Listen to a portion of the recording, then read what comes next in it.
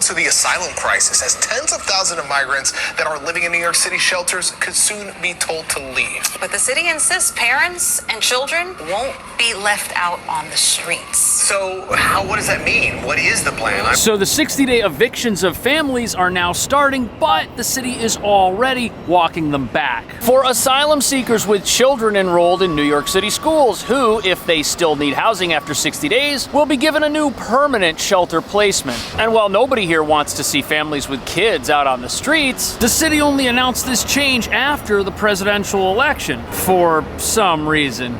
The president-elect could run into some hurdles trying to implement mass deportations. Yeah, experts say manpower is a major issue here, and if the feds ask the state for help, they would likely face pushback. But Trump does have some laws he can use to carry out his campaign promise. That's absolutely right, and that kind of speaks to the complexity of this issue, right? We have seen the city grapple with this for quite some time now. But again, the city is once again reassuring these families that they are not just kicking them out and saying, hey, get out of here.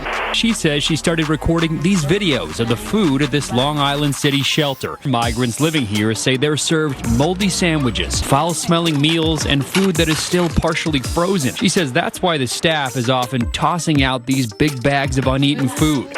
We know that thousands of crimes have been committed in our city. And so I support President Trump's desire to prioritize the removal of people in this country who are committing crimes. It will all happen within 2 weeks. That's law professor Anna Patratz-Acosta talking about a federal law that allows the government to speed up deportations. Right now, she says the government only uses it near the border to handle people who crossed into the country within the last couple weeks.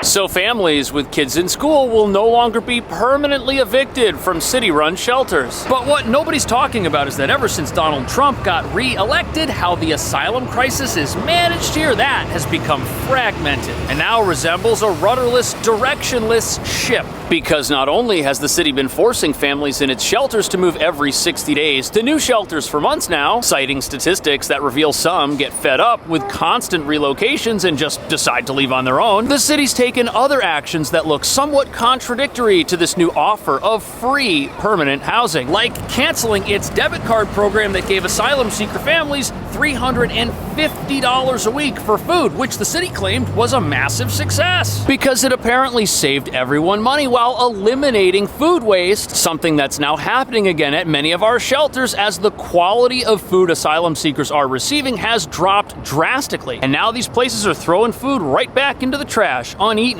and unedible. And that brings us to the real reason why the city is now halting evictions of families who've got kids enrolled in public schools. Politically, it looks and sounds incredibly compassionate in the face of Donald Trump's deportation agenda, and we're America's largest sanctuary city. But even though we're a sanctuary city, critics say our shelter system has been jerking families around for months in an attempt to get them to decide to leave on their own. Yet because we're a sanctuary city and the home of the Trump resistance effort, New York has decided to double down on progressive plans to fix the homelessness many families are experiencing, not by preparing them to live on their own independently, but instead keeping them trapped in tiny hotel rooms, eating questionable food in the name of compassion, while the owners of those hotels get filthy rich. Which, as you're about to see, reveals that our asylum crisis seems destined to sustain itself no matter who's running America.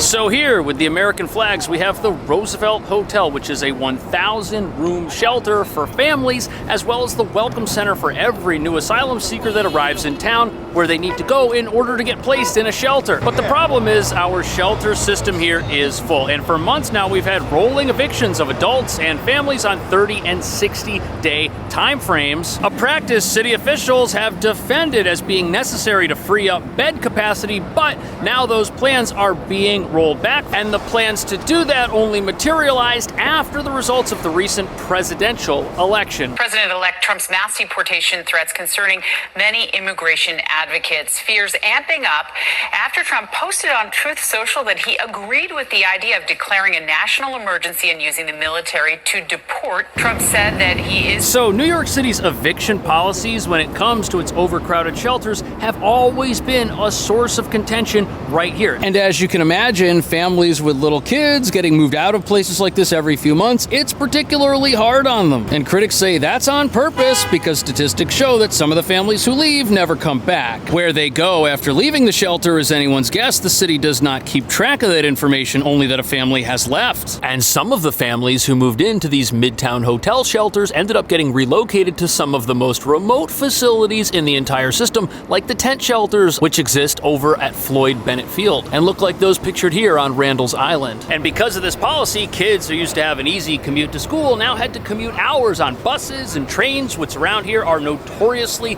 unreliable. And this was a policy that had been going on for the last several months, but now they're changing it because the president's changed, I guess. But city leaders defended this policy as being necessary and humane, even though critics contend the city was deliberately making things difficult for asylum seekers. Now, whether this process was intentionally hard on families or unintentionally hard on families, we're never going to know. But one thing that we do know is now that the election is over, New York City is being looked at as a place that needs to resist a president many progressives do not support, and now policies that weren't humane in the past all of a sudden aren't, and now they're changing. Which is a weird reaction to plans that the new president has, which could get gang members and criminals off of our streets and out of shelters like this one where we know they're living. Look, here's a mom in front of this very same building talking about how she's afraid her kids will get swept into the criminal underworld because criminals live in this building. But because New York is now trying to resist all of Donald Trump's immigration plans, critics say this could create a pathway for some of the wrong people to keep living in places like this. We know that thousands of crimes have been committed in our city. And so I support President Trump's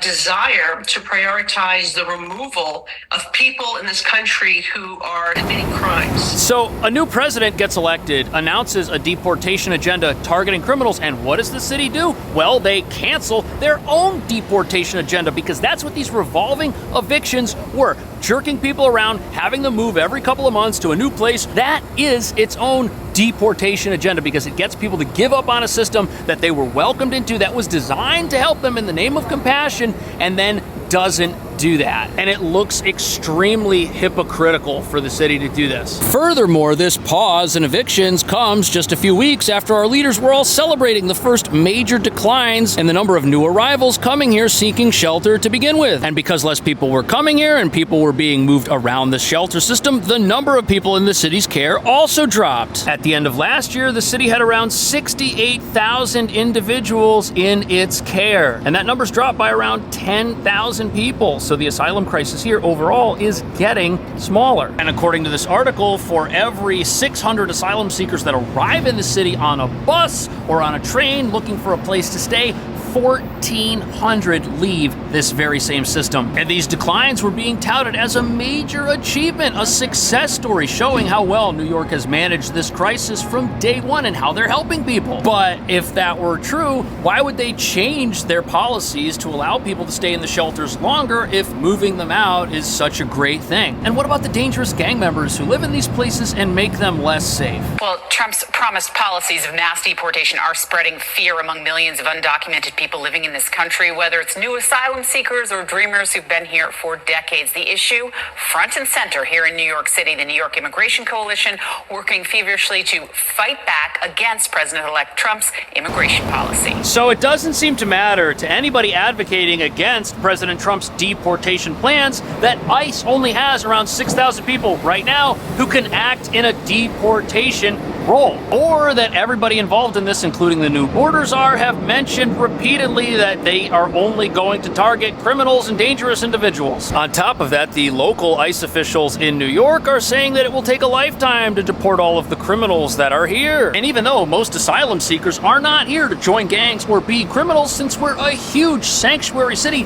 and we've got laws that help the bad guys evade the federal government, who has rules in place that are meant to keep people safe, including many of the asylum seekers that live in this hotel. Critics are saying those sanctuary city laws act as a magnet for criminals because they can come here and hide from authorities. Yet because there's so much progressive pressure on New York to resist everything the incoming president wants to accomplish because of who he is, we're now going to start doing things in New York that very well may lead to more criminals deciding to come here specifically because of what we offer people who the government is looking for. And the city's already experienced a whole bunch of protests against a deportation agenda that could actually make this place safer for immigrants who aren't here to commit crime. And with most asylum seekers and law-abiding immigrants having a legal right to remain here, these protests, all they do is spread fear among people who aren't actually at risk from any sort of deportation. But even though the mayor has come out against mass deportations and the city is halting evictions it was so proud of before the election, the fragmented nature of New York's asylum crisis continues when you look at the other ways the city is making things, some say deliberately worse for the 56,000 asylum seekers who are still in its care.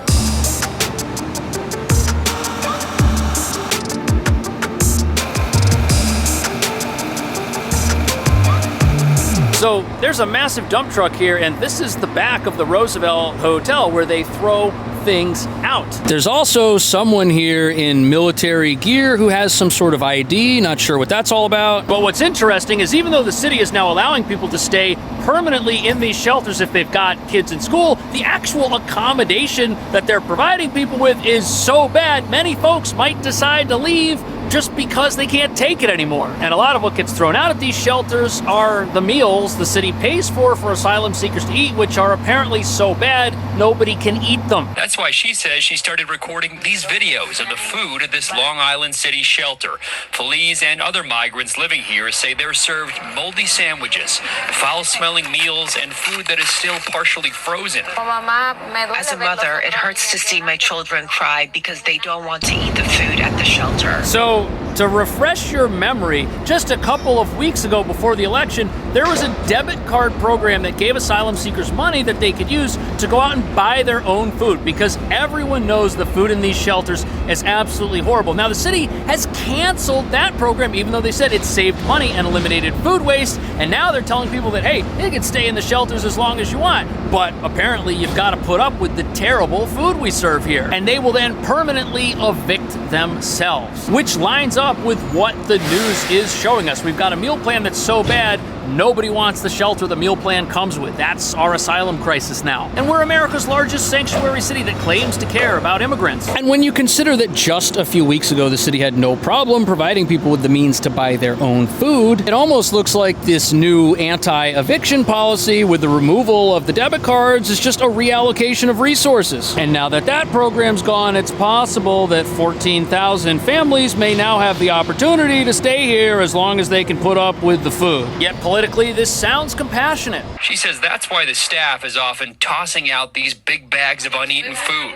Food provided by Healthy Heart Food Service, a vendor with more than $20 million in active contracts. Healthy Heart stands behind and takes great pride in the high-quality food it supplies to all of. Now look, the news says the food's bad. I've spoken to people who work at these facilities and they say the food's bad, but the CEOs of these companies say that it's not. And how much do you want to bet that both sides are right? These companies aren't delivering food that's unedible. They're giving it to the city, who is then supposed to store it and serve it to people. And perhaps that is when the unedible part of this whole debacle comes to light. What if the food that's sent to these shelters is improperly handled and stored and it goes bad before it's supposed to? What if these meals are being pulled out of the freezer and just given to people? Or worse, what if they're unfrosted and then refrozen because nobody ate them and they tried to save money? And if the meals that were getting delivered to places like this were coming off the trucks and were obviously rotten and unedible, why would they bring them inside and try to serve them to people? That doesn't make sense at all. But look at this. One of the news reports shows one of the meals that people are complaining about, and it has instructions on it saying that it was packaged on October 7th and is supposed to be frozen from then until it's eaten, which has to happen before December 7th, which does reveal that the food people are getting in these places was probably made weeks ago. And if it's going to sit for a long period of time in one of these facilities while it waits to be eaten and anything goes wrong, that could cause it to spoil, and that could explain everything. But one says the complaints keep coming about other vendors. The Department of Homeless Services would not agree to an interview, but sent CBS News New York a statement saying in part, protecting the health of our clients is a top priority. And the Department of Homeless Services... You know, it doesn't seem to matter how much time, effort, or reform is put into our shelter system. It's still not a system that's helping people or accomplishing the goal that it's supposed to have. After all, shelters are supposed to help people get back on their feet. Yet with our shelters instituting revolving door evictions, 30 days for single adults, 60 days for families, and keeping that process going for a long time, it's pretty obvious that people are being forced out of these spots before they're actually ready to go. And now they're going to get to stay, but things are going to be so uncomfortable inside of these places that many people may choose not to. They're going to leave the second they're able to do so. And then the city will have another success story to celebrate because more people are voluntarily leaving the shelters and are not requesting more time inside of them. Yet none of this is a success story. In many cases, you've got people living in tents outside of some of the shelters they've been evicted from because they haven't achieved anything. They're not back on their feet. They're not living the American dream that many of these folks were welcomed off buses at the bus terminal and then brought over to shelters believing was at their fingertips. And whether you think New York is doing the right thing by offering shelter to people or not is besides the point. These facilities, because we're a sanctuary city, they're dangerous. Police cannot go inside and arrest the bad guys, which is why some of the bad guys, gang members, are now living in them. What do you think about that? Are New York's shelters actually helping people? And are President Trump's deportation plans that are going to target gang members and criminals a bad thing for a sanctuary city? Are they a bad plan for a place that's got problems with gangs that its own laws don't allow our leaders to get off the streets? What do you think? Thank you so much for watching. I'll see you in the next video.